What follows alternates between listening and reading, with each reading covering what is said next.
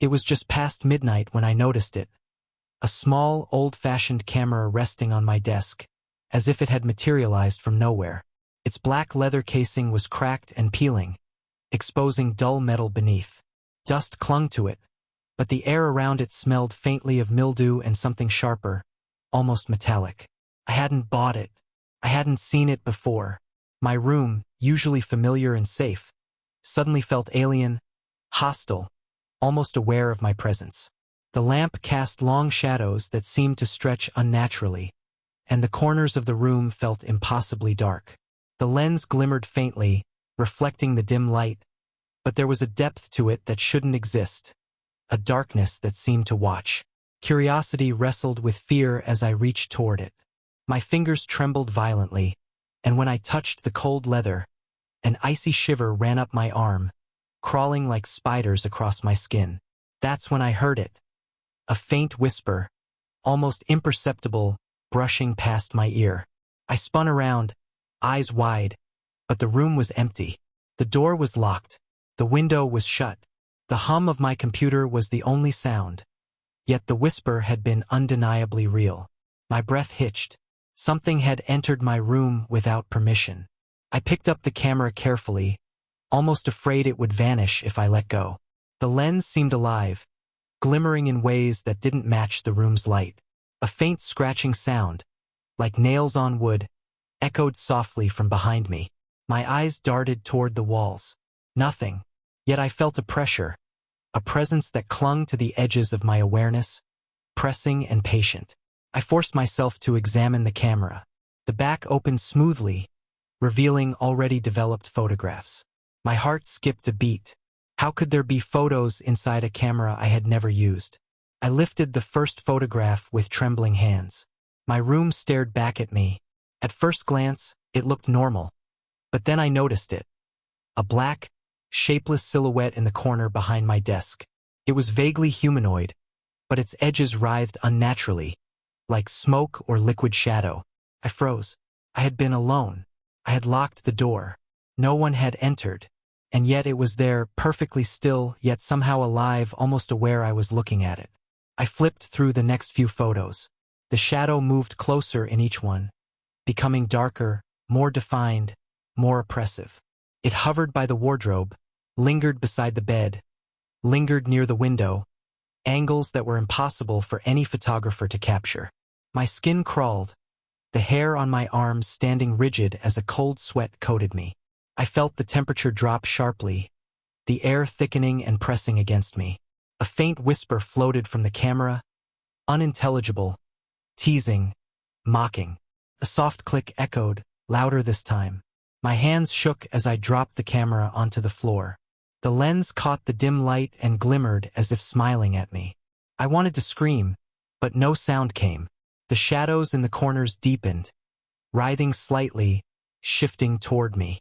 I backed away slowly, eyes never leaving the camera. My room had become alien. Safe spaces had disappeared. The walls themselves seemed alive, pulsating in rhythm with my racing heartbeat. Hours passed. I didn't move from my chair, too terrified to act. Every tiny sound, a floorboard creak, the hum of the heater, the faint rustling of my curtains, felt amplified, sinister. I stared at the camera, certain it was observing me, documenting my fear. I dared not touch it again, yet my eyes were drawn to it compulsively. I noticed subtle changes in the room. My chair slightly turned. A book slid an inch, shadows curling where they hadn't been before. It was learning. It was testing me. The night stretched endlessly. I felt I was losing myself, trapped in a waking nightmare where even my mind could betray me. My breathing became shallow, panicked. The whispering grew, faint words forming fragments of sentences, phrases I couldn't fully comprehend, yet they carried weight, threat, intent. My fingers twitched with the urge to destroy the camera, to throw it out the window, to escape my room forever, but I couldn't.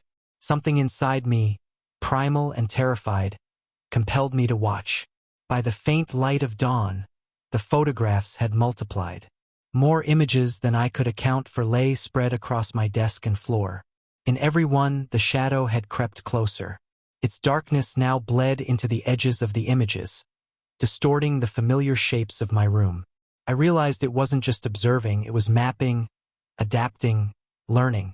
Each image contained subtle, horrifying differences. Objects slightly moved, reflections warped, angles impossible for any human photographer. I tried to rationalize it. Sleep deprivation, paranoia, imagination running wild. But logic failed me. My room was no longer mine. I could feel eyes on me even in daylight, and the camera's lens gleamed faintly from across the room, like a predator waiting for nightfall. My sanctuary was gone. Something had entered my life, and I didn't know how to stop it. I spent the day pacing, unable to look away from the camera. Every shadow seemed alive, every sound amplified, every corner holding a secret. My hands shook as I prepared for night again, knowing the darkness would return, and with it, whatever the camera had brought into my world. The discovery was only the beginning. The shadow was patient. It was waiting, and I was trapped. Night returned like a predator, heavy and inevitable, and with it came a terror that sunlight could not chase away. I set up my phone to record the room, desperate for proof that what I had seen was real. The camera sat on my desk, perfectly still, its lens glinting faintly under the weak glow of my bedside lamp. I climbed into bed, pulling the covers tightly, attempting to convince myself that perhaps I had imagined it all, that the photos, the whispers, the shadow, were figments of a paranoid mind. But deep down, I knew better. The hours crawled. Sleep evaded me as an oppressive weight pressed down on my chest. The shadows in the corners of the room grew longer, darker, stretching toward me like black liquid. Every creak, every sigh of the building, every rustle of my curtains sounded amplified, sinister. I dared not move, too terrified to even blink. My thoughts raced. What if it had been watching me all day? What if it had learned how I slept, what I feared most? When I finally summoned the courage to check the footage the next morning, my blood ran ice cold. At first, the video appeared normal, me asleep, the room seemingly empty. Then, in the corner, a shadow moved, stretching and twisting unnaturally along the walls. Its form was constantly shifting, writhing like smoke, yet deliberate. It paused near the wardrobe, then slowly, impossibly, turned toward the camera. My pulse throbbed painfully as a creeping sense of dread enveloped me. It had seen me, it had waited, and it knew I was awake now. I grabbed the camera, my hands shaking violently. The latest photograph chilled me to my core. I was in bed, frozen in terror, and behind me loomed the shadow, impossibly close, larger than the room itself. Its edges were undefined, an endless void, yet I could feel a consciousness in that darkness, hungry, patient, precise. The air grew heavy. I could feel it pressing in from all sides, suffocating, binding. Whispers emerged, low and hollow, murmuring my name, repeating it in tones that scraped against my sanity. The nights that followed descended into chaos. Doors I had locked creaked open with soft, deliberate clicks. Drawers opened and closed on their own. My belongings shifted subtly, unervingly, each movement deliberate and mocking. Mirrors reflected more than reality. Fleeting glimpses of the shadow standing behind me, angles impossible to exist, hovering above the floor, dissolving into thin air only to reappear somewhere else. Each night it grew bolder, closer, its presence heavier, suffocating. My body shook uncontrollably, and even the smallest movement caused it to stir, like a predator aware of my fear. I tried everything to rid myself of the camera. I smashed it against the wall, throwing shards across the floor. I hurled it into the trash outside. I even fled my apartment for days, hoping distance would break its hold. But when I returned, it was there, pristine, gleaming, as though mocking my efforts. The photographs had multiplied, each showing subtle, terrifying changes.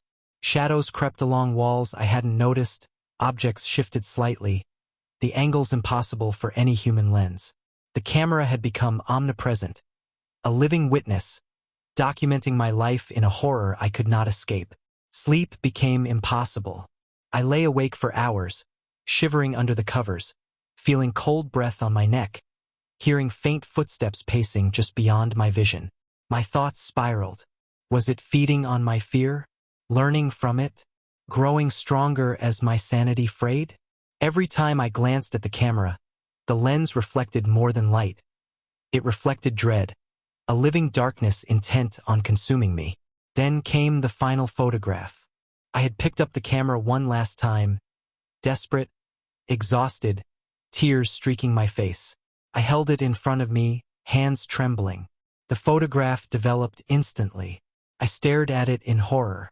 I was sitting at the edge of my bed, frozen, my eyes wide with fear.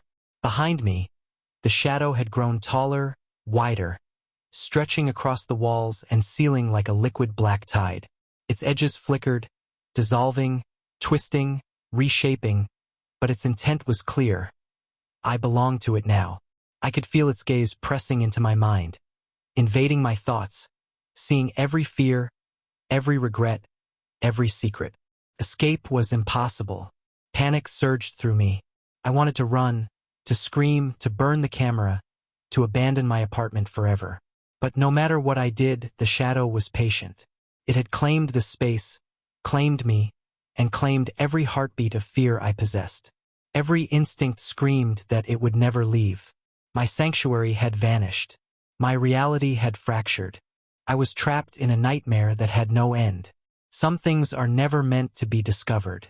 Some objects carry a darkness that reaches into the very soul. That camera, it found me. It knows me. It has learned every fear, every weakness, and it will never let go.